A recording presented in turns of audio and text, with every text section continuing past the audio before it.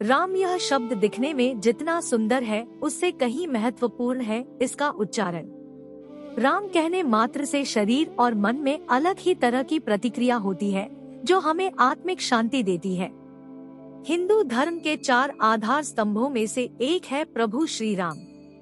भगवान श्री राम ने एक आदर्श चरित्र प्रस्तुत कर समाज को एक सूत्र में बांधा था। भारत की आत्मा है प्रभु श्री राम। आओ जानते हैं उनके बारे में 12 रोचक तथ्य। 1 राम का जन्म। भगवान राम एक ऐतिहासिक महापुरुष थे और इसके पर्याप्त प्रमाण है। शोधानुसार पता चलता है कि भगवान राम का जन्म 5114 ईस्वी पूर्व हुआ था। चैत्र मास की नवमी को रामनवमी के रूप में मनाया जाता है। उपरोक्त जन्म का समय राम की वंश परंपरा और उनकी पीढ़ियों से भी सिद्ध होता है। अयोध्या के इतिहास और अयोध्या की वंशावली से भी यह सिद्ध होता है। 2 राम पर लिखे ग्रंथ। प्रभु श्री राम पर वैसे को कई ग्रंथ लिखे गए, लेकिन वाल्मीकि कृत रामायण ही प्रमाणिक ग्रंथ माना जाता है। यह मूल संस्कृत में लिखा गया ग्रंथ है।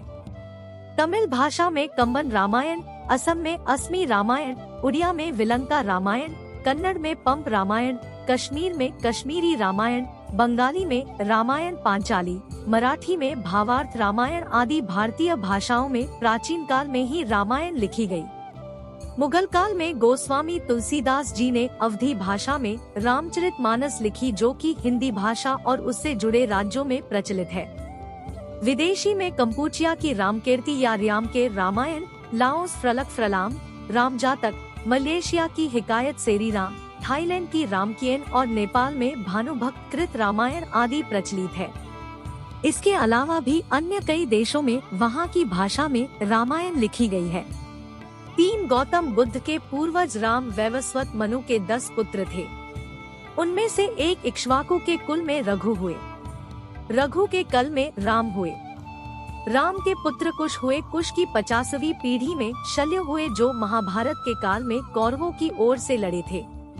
शल्य की 25वीं पीढ़ी में सिद्धार्थ हुए, जो शाक्य पुत्र शुद्धोधन के बेटे थे। इन्हीं का नाम आगे चलकर गौतम बुद्ध हुआ। यह नेपाल के लुम्बिनी में रहते थे। सिद्धार्थ के बाद राहुल, प्रसेनजित, क्षुद्रक, कुलक, सुरथ, सुमित्र हुए। जयपुर राजघरा की महारानी पद्मिनी और उनके परिवार के लोग की राम के पुत्र कुश के वंशज है। महारानी पद्मिनी ने एक अंग्रेजी चैनल को दिए में कहा था कि उनके पति भवानी सिंह कुश के 309वें वंशज थे। 4 वनवासी और आदिवासियों के पूजनीय प्रभु श्री राम भगवान राम को 14 वर्ष को वनवास हुआ था। उनमें से 12 वर्ष उन्होंने जंगल में रहकर ही काटे। 12वें वर्ष की समाप्ति के दौरान सीता का हरण हो गया, तो बाद के 2 वर्ष उन्होंने सीता को ढूंढने, वानर सेना का गठन करने और रावण से युद्ध करने में गुजारे। 14 वर्ष के दौरान उन्होंने बहुत ही महत्वपूर्ण कार्य किए, जिसके चलते आज भी हमारे देश और देश के बाहर राम संस्कृति और धर्म को देखा जा सकता है। प्रभु श्री राम ने वन में बहुत ही सादगी भरा तपस्वी का जीवन जिया। वे जहाँ भी जाते थे तो 3 लोगों के रहने के लिए एक झोपड़ी बनाते थे। वहीं भूमि पर सोते, रोज कंदमूल लाकर खाते और प्रतिदिन साधना करते थे। उनके तन पर खुद के ही बनाए हुए वस्त्र होते थे। धनुष और बाण से वे जंगलों में राक्षसों और हिंसक पशुओं से सभी की रक्षा करते थे। इस दौरान उन्होंने देश के सभी संतों के आश्रमों को बर्बर लोगों के आतंक से बचाया। अत्रि को राक्षसों से मुक्ति दिलाने के बाद प्रभु श्री राम दंडकारण्य क्षेत्र में चले गए, जहां आदिवासियों की बहुलता थी। यहां के आदिवासियों को बाणासुर के अत्याचार से मुक्त कराने के बाद प्रभु श्री राम 10 वर्षों तक आदिवासियों के बीच ही रहे। उन्होंने वनवासी और आदिवासियों के अलावा निषाद, वानर, मतंग और रीछ समाज के लोगों को भी धर्म, कर्म और वेदों की शिक्षा दी। वन में रहकर उन्होंने वनवासी और आदिवासियों को धनुष एवं बाण बनाना सिखाया, तन पर कपड़े पहनना सिखाया, गुफाओं का उपयोग रहने के लिए कैसे करें ये बताया और धर्म के मार्ग पर चलकर अपने रीति रिवाज कैसे संपन्न करें यह भी बताया। उन्होंने आदिवासियों के बीच परिवार की धारणा का भी विकास किया और एक दूसरे का सम्मान करना भी सिखाया। उन्हीं के कारण हमारे देश में आदिवासियों के कबीले नहीं समुदाय होते हैं। उन्हीं के कारण ही देश भर के आदिवासियों के रीति रिवाजों में समानता पाई जाती है। भगवान श्री राम ने ही सर्वप्रथम भारत की सभी जातियों और संप्रदायों को एक सूत्र में बांधने का कार्य अपने 14 वर्ष के वनवास के दौरान किया था। एक भारत का निर्माण कर उन्होंने सभी भारतीयों के साथ मिलकर अखंड भारत की स्थापना की थी। भारतीय राज्य तमिलनाडु, महाराष्ट्र, आंध्र प्रदेश, मध्य प्रदेश, केरल, कर्नाटक सहित Nepal, Laos, Kampuchea, Malaysia, Cambodia, Indonesia, Bangladesh, Bhutan, Sri Lanka, Bali, Java, Sumatra और थाईलैंड आदि देशों की लोक संस्कृति व ग्रंथों में आज भी राम इसीलिए जिंदा है। 5 शिवलिंग और सेतु बनवाया। 14 वर्ष के वनवास में से अंतिम 2 वर्ष प्रभु श्री राम दंडकारण्य के वन से निकलकर सीता माता की खोज में देश के अन्य जंगलों में भ्रमण करने लगे और वहां उनका सामना देश की अन्य कई जातियों और वनवासियों से हुआ। उन्होंने कई जातियों को इकट्ठा करके एक सेना का गठन किया और वे लंका ओर चल पड़े। श्री राम की सेना ने रामेश्वरम की ओर कूच किया। महाकाव्य रामायण के अनुसार भगवान श्री राम ने लंका पर चढ़ाई करने के पहले यहाँ भगवान शिव की पूजा की थी। रामेश्वरम का शिवलिंग श्री राम द्वारा स्थापित शिवलिंग है। इसके बाद प्रभु श्री राम ने नल और नील के माध्यम से विश्व का पहला सेतु बनवाया था और वह भी समुद्र के ऊपर। आज उसे राम सेतु कहते हैं, जबकि राम ने इस सेतु का नाम नल सेतु रखा था।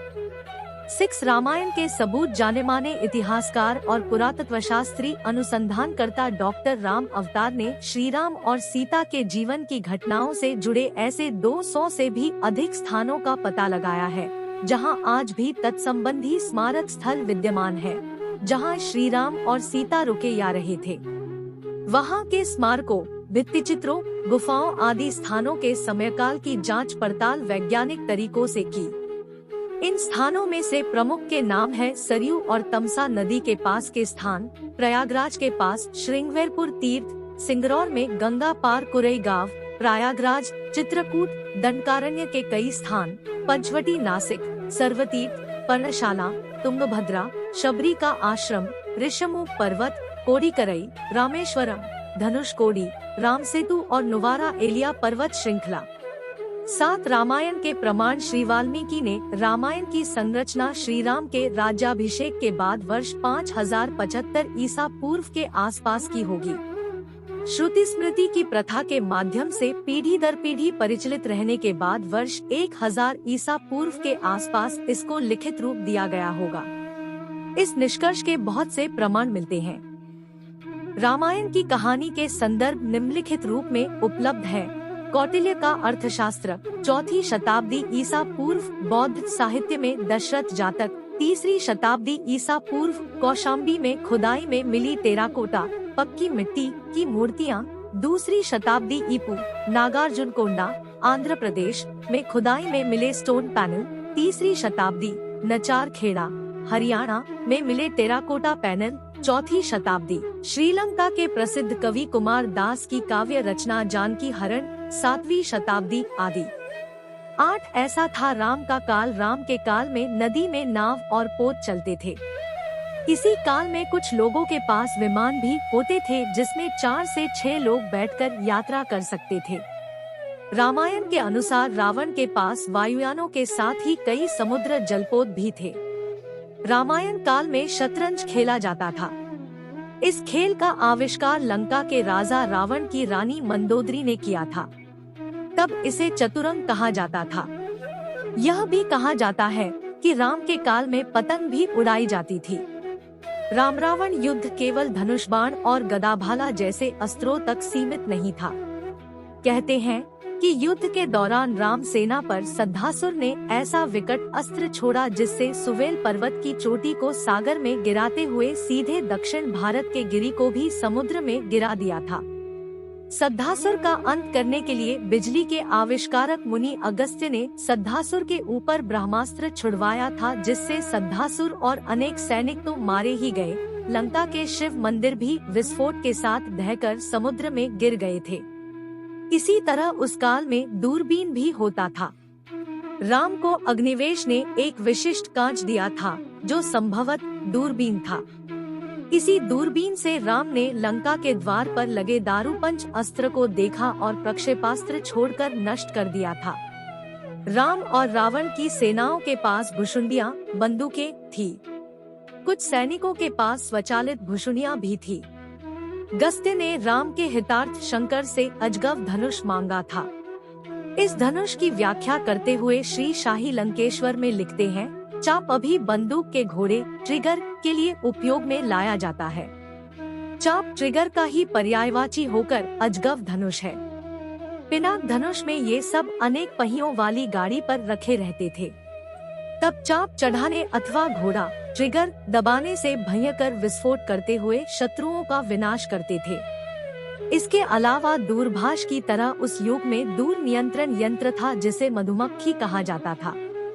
विभीषण को लंका से निष्कासित कर दिया था, तब वह लंका से प्रयाण करते समय मधुमक्खी और दर्पण यंत्रों के अलावा अपने 4 विश्वसनीय मंत्री अनल, पनस, संपाति और प्रभाति को भी राम की शरण में ले गया था। राम के काल में सभी लोग बहुत ही नैतिक और सभ्य थे। सभी मर्यादा में रहकर जीवन यापन करते थे। अधिकतर लोगों को वेद का ज्ञान था। 9 रामायण काल के ये लोग आज भी जिंदा है। आपको यह जानकर आश्चर्य होगा कि रामायण काल के 3 लोग आज भी जिंदा है। इनका नाम है हनुमान, जामवंत और विभीषण। इनके काल के पूर्व के 2 लोग भी आज तक जिंदा है। उनके नाम है विरोचन पुत्र महाबली और जमदग्नि के पुत्र परशुराम। 10 श्रीराम की बहन श्रीराम की 2 बहनें भी थी, एक शांता और दूसरी कुकबी। हम यहाँ आपको शांता के बारे में बताएंगे। दक्षिण भारत की रामायण के अनुसार श्रीराम की बहन का नाम शांता था, जो चारों भाइयों से बड़ी थी। शांता राजा दशरथ और कौशल्या की पुत्री थी, लेकिन पैदा होने के कुछ वर्षों बाद कुछ कारणों से राजा दशरथ ने शांता को अंगदेश के राजा रोमपद को दे दिया था। भगवान श्रीराम की बड़ी बहन का पालन पोषण राजा रोमपद और उनकी पत्नी वर्षिणी ने किया, जो महारानी कौशल्या की बहन अर्थात श्रीराम की मौसी थी। 11 नहीं किया था। राम ने सीता का परित्याग पहले रामायण 6 कांडों की होती थी, उसमें उत्तरकांड नहीं होता था। फिर बौद्ध काल में उसमें राम और सीता के बारे में सचझूठ लिखकर उत्तरकांड जोड़ दिया गया। उस काल से ही इस कांड पर विद्वानों ने घोर विरोध जताया था, लेकिन इस उत्तरकांड के चलते ही साहित्यकारों, कवियों और उपन्यासकारों को लिखने के लिए एक नया मसाला मिल गया और इस तरह राम धीरे धीरे बदनाम होते गए। विपिन किशोर सिन्हा ने एक छोटी शोध पुस्तिका लिखी है, जिसका नाम है राम ने सीता परित्याग कभी किया ही नहीं। यह किताब संस्कृति शोध एवं प्रकाशन वाराणसी ने प्रकाशित की है। इस किताब में वे सारे तथ्य मौजूद हैं, जो यह बताते हैं कि राम ने कभी सीता का परित्याग नहीं किया। राम कथा पर सबसे प्रामाणिक शोध करने वाले फादर कामिल बुल्के का स्पष्ट मत है कि वाल्मीकि रामायण का उत्तरकांड मूल रामायण के बहुत बाद की पूर्णत प्रक्षिप्त रचना है। राम कथा उत्पत्ति विकास हिंदी परिषद, हिंदी विभाग, प्रयाग विश्वविद्यालय, प्रथम संस्करण 1950। 12 राम की जल समाधि। श्रीराम द्वारा जल समाधि लेने की घटना को हिंदू दलितों का धर्मांतरण करने वाले आलोचकों ने आत्महत्या करना बताया। मध्यकाल में ऐसे बहुत से साधु हुए हैं, जिन्होंने जिंदा रहते हुए सभी के सामने धीरे धीरे देह छोड़ दी और फिर उनकी समाधि बनाई गई। राजस्थान के महान संत बाबा रामदेव रामापीर ने जिंदा समाधि ले ली थी, तो क्या हम यह कहें कि उन्होंने आत्महत्या कर ली? दरअसल अयोध्या आगमन के बाद राम ने कई वर्षों तक अयोध्या का राजपाट संभाला और इसके बाद गुरु वशिष्ठ व ब्रह्मा ने उनको संसार से मुक्त हो जाने का आदेश दिया। एक घटना के बाद उन्होंने जल समाधि ले ली थी। सरयू नदी में श्रीराम ने जल समाधि ले ली थी। अश्विन पूर्णिमा के दिन मर्यादा पुरुषोत्तम राम ने अयोध्या से सटे फैजाबाद शहर के सरयू किनारे जल समाधि लेकर महाप्रयाण किया। श्रीराम ने सभी की उपस्थिति में ब्रह्मा मुहूर्त में सरयू नदी की ओर प्रयाण किया। उनके पीछे थे उनके परिवार के सदस्य भरत, शत्रुघ्न, उर्मिला, मांडवी और श्रुतकीर्ति। का उच्चारण करते हुए वे सरयू के जल में एक एक पग आगे बढ़ते गए और जल उनके हृदय और अधरों को छूता हुआ सिर के ऊपर चढ़ गया।